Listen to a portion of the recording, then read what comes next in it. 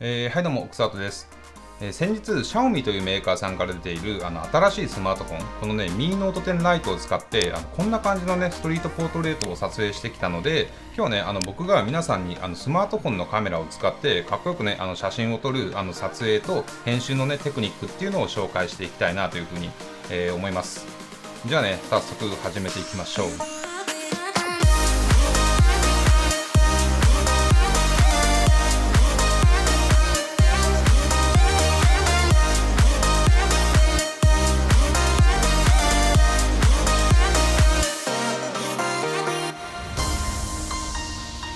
はい、そしたらですね、この Mi Note 10 Lite を使って撮影してきた後に、撮った写真っていうのをね、いくつかインスタグラムに投稿したんですよ。普段ね、僕一眼レフのカメラで撮った写真っていうのを投稿してるんですけど、もしね、このスマートフォンのカメラで撮った写真っていうのを何も言わずに投稿したらいつもね、見てくれてるフォロワーさんに気づかれるのかっていうのをね、ちょっと実験してみようかなと思って、いいねもね、だいたい普段も3000前後ぐらいつくんですけど、今回この写真も3000ちょいついて、で、そのね、翌日にストーリーズの方で実はスマートフォンで撮影してましたっていうね、ネタばらしをして、そのことに気づきましたかなんていうアンケートも取ったんですけど、80% ぐらいの人が気づかなかったって言ってね、驚いてました。こ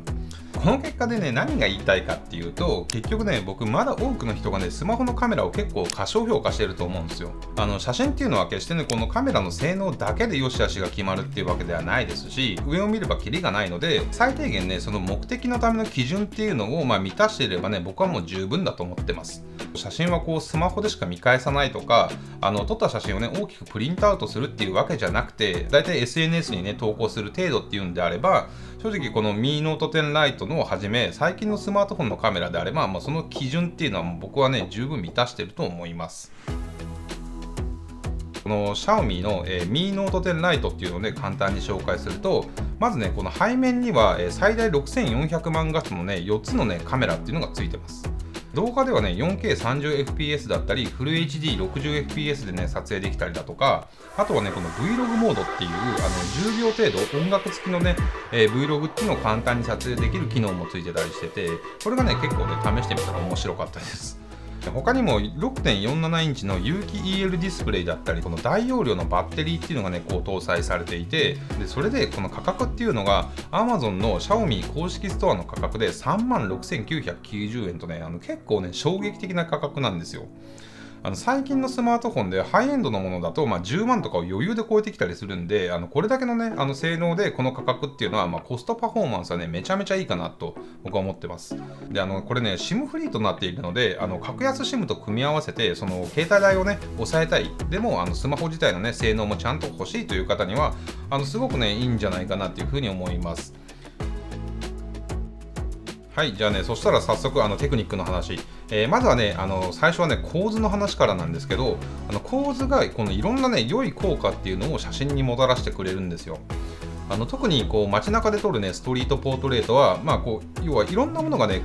込むので、ごちゃごちゃしがちで、パッと見て、その何の写真かっていうのがね、主題は何かとか、そういうのがね、判断しづらい時がね、正直あると思います。なので、構図が良い写真っていうのは、この写真にね、写っている様々なものがバランスよく整理されていて、モデルさんが風景の中にね、埋もれてしまうんではなくて、ちゃんとね、目で見た時に、ここが主題だって、この一瞬でこのモデルにピントがね、合うような、写真がね、構図がよく撮れている写真かなと。で、ストリートポートレートっていうのは、このモデルさんをドアップで撮るんじゃなくて、街中の風景の中にね、このモデルさんを配置して撮影するので、まずはね、この背景を探すところから始めます。こことかちょっと登ってみる。あ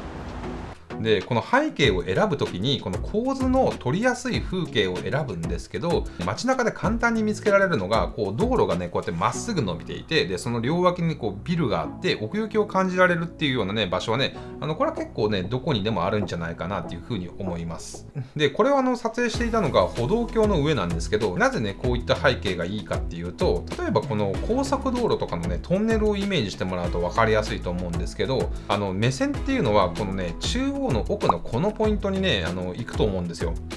でこの奥行きっていうのがこのリーディングラインっていうこの視線を誘導するこのガイド的なね役割を果たしていて、このリーディングラインが集まるところに人間の目っていうのはこう向かっていきます。でこのね歩道橋の写真っていうのも左右や奥の建物がリーディングラインとなっていて、そこにねこのモデルさんを配置することで背景がちょっとごちゃごちゃしがちな街中でもしっかりねこう主題に目線を誘導するっていうことができるようになってます。リーディングラインっていうのはね本当ねそこら中にあります。奥行きだけじゃなくて色だったりだとか、例えばこう建物でできる影だったりだとか、あとは壁の模様だったりとか、もう正直ね何だってリーディングラインの役割を果たすので、これをね探してみてください。でちょっとね見つからないなとか、あるいはねこうそのリーディングラインっていうのが少し弱いなっていう時は、例えばスマホでね広角レンズに切り替えて少しねこう斜め下からこう煽るような感じでこう撮ってみたりすると、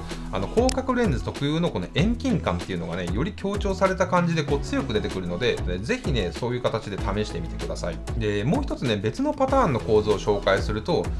この写真手前の手すりの部分と背景のビル、そしてね空っていうね大きくこう3つに分けられると思うんですけど、それぞれがこのフレームの中でこう均等に収まるように、ね、なってるんですよ。フレームの中にねこう入ってるものっていうのをちょっと整理してあげることでパッと見た時のこの全体のバランスも良くなりますし、ここでもねリーディングラインっていうとこの手すりを使ってやっていくときに、このなんだろう、両サイドにあるっていう形でもいいんだけど、ここからさこうやって取ってあげれば、リコさんの手前のこの手すりが奥にぐーっと続いていって、あとその後ろにもなんだろうこう建物があるじゃん。ああいうのを使ってね取っていくっていうやり方もやっていこうかなと。はい、でね、このミーノート10ライトはカメラを起動するといくつかの撮影モードがあって、標準モードや6400万画素での撮影モードに加えて、ポートレートだったり夜景とかパノラマとか、あとはねプロモードなんていうものもあります。でプロモードはカメラのねシャッタースピードとかこう ISO とかをねもう細かくマニュアルで調整できたりもするんですけど、今回はね僕は撮影ではねほぼポートレートモードで撮影しました。このポートレートモードで撮った写真っていうのは被写体の背景をね一眼レフカメラで撮影したかのように疑似的にねぼかすことができます。最近のスマートフォンでは割と標準的な機能にはなってきてると思うんですけど、ただねやっぱりこう疑似的なものではあるので本来ねボケるはずのないところまでボケちゃったりだとか、この境目っていうのがねこう綺麗にこう分離されてなくて、その精度っていうのは結構ねカメラによって変わってくるかなと思うんですけど、そのあたりこのねミーノート10ライトだとその性能っていうのはね非常にいいかなと思いました。何度も言いますけどこれ4万円以下ですからね。はい、またねフォーカスを合わせるときにこうやってこう画面をタップすると思うんですけど、その時にこう上下にねこうスライドさせることでこの露出っていうのもね、変えることができます。でこれはね状況にもよるんですけど、暗い方か明るい方か、どちらかにねこう結構強めに振り切っちゃう方がねドラマチックな印象のね絵が撮れたりすることがあります。例えばねこの日はね曇っていて少しねちょっとどんよりした感じだったんですけど、それだったらねいっそのことこうがっつり明るい方向に、振り切った方がね雰囲気が出るんじゃないかなと思って、あえてね雲とかが見えなくなるくらい背景にね振り切って撮影してます。今回のね撮影期間中ではちょっと天候の関係で撮れなかったんですけど、逆光とかであればこんな感じで逆にねこうアンダーに振り切っちゃってシルエットだけにして、この空のグラデーションを強調するなんてね、風に撮影してみても面白いんじゃないかなというふうに思います。今回のね作例はパソコンで編集したんじゃなくて、全てねこの、ミーノート10ライトの中の、アプリを使って調整しました。使用したアプリはAdobe のね Lightroom っていうものになるんですけど、多くのフォトグラファーが使用している非常に優秀なアプリなんですけど、ちょっとね有料版のメンバーシップに加入する必要が、あります。有料なのはちょっとなっていう方には実は今日お見せした作例の中でこの1枚はですね、ミーノート10ライトの標準でついてくるねフィルターを使って撮影してます。ポートレートモードの時に画面のね右下のアイコンからこのフィルターを選択するとリアルタイムでね、12種類のこのポートレート専用のフィルターを、これプレビューしながら撮影することができるので、ちょっとしたね撮影なんかではサクッとこの機能を使うのもいいですし、あとはちょっとねこう自分で色味を一から調整するのは苦手だなっていう方にも本当にね簡単におしゃれな仕上がりにすることができるので、これはね非常に良かったです。よいしょ。はいですね、ちょっとね皆さんにお伝えすることがね山盛りで、撮影がちょっと長くなっちゃったんで、後半はねちょっと翌日ということで、動画は多分全部一本にまとまってると思うんですけど、ちょっと後半ライトルームこのミーノート10で実際に編集していくところっていうのを、皆さんにちょっとお見せしようかなと思ってるんですけど、ただ全部ねそれをステップバイステップで見せていっちゃうと、ここから多分あと10分15分とかっていう動画の尺になっちゃうんで、重要なところっていうのをかいつまんで、説明できたらなというふうに思います。最初にやっていくのはこのねカメラで撮った写真っていうのをその補正していくんですけど、いきなり色の補正とかをしていくんじゃなくてですね、例えば、撮影した時に少し傾いてたりだとか、あとは構図がねもうちょっとだけ修正したいなっていう時は、この画面の中でその要はクロップとかをしてしまえばそのあたり補正できるので、まずは最初にねそういった作業をやっていきます。で見てちょっとわかるかなと思うんですけど、若干このね手すりがね斜めになっちゃってると思うんですよ。これを、補正するのがこの画面ですね。はい。で、この切り抜きを制限っていうのをオンにしておいて、この中からですね、今回はちょっと簡単にこのフルっていうのをやると、多少このさっきまで斜めになってた手すりっていうのが、水平になったかなと。ちょっとねもうちょっと細かくやっていくともうちょっと綺麗にできるんですけど、あとはねこのフルが微妙だった場合はちょっと自動にしてみるとか、はい、今回自動でもいいかな。はい、こんな感じで、補正をします。ファーストステップで、次が、カラーコレクションという工程になります。でそのカラーコレクションっていうのはちょっと撮影した時にねちょっと暗かったなとか、あとはホワイトバランスが少し変になっちゃってるなっていうのをまず補正していきます。いきなり自分のイメージの中で、こういった色味にしたいっていうのがあったとしても、いきなりその絵を作っていくんじゃなくて、まずは一旦その元の写真をフラットにする。でフラットにしてから、自分の色味っていうのを調整していくのがまずは、いいかなと思います。慣れてくるとある程度そのステップっていうのは省略できるかなと思うんですけど、慣れないうちはまずは一旦最初フラットにしてから、そこから作業していくのがいいかなと思います。で次にやっていくのがこのね下の、タブにある、色温度とか色かぶりの補正、あとはサイドですね。このあたりをちょっとまた調整していきたいなと思います。ホワイトバランスとかって最近のカメラだと撮ったタイミングでかなりね正しい形で、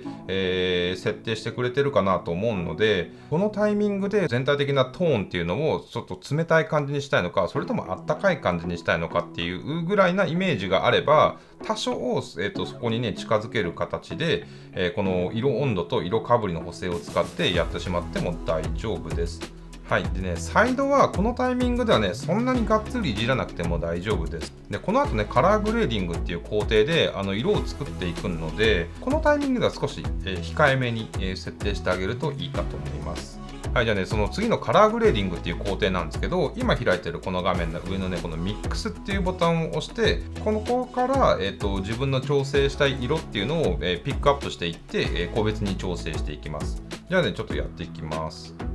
はい、じゃあね、ちょっと調整しました。今回はね、こんな感じの色味に、仕上げてみました。今回ね、このリーディングラインにもなってるこの左右のやっぱ木があるので、ここをね、ちょっと、ベースに考えて、少し色味っていうのを、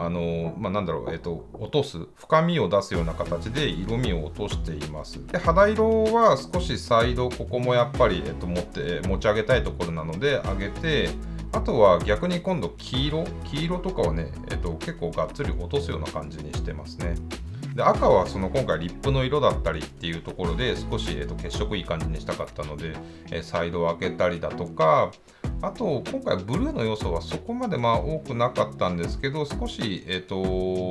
サイドっていうのはねこれも、落とし目にしてます。はい、とりあえず、ざっくりこんな感じに今回、やってみました。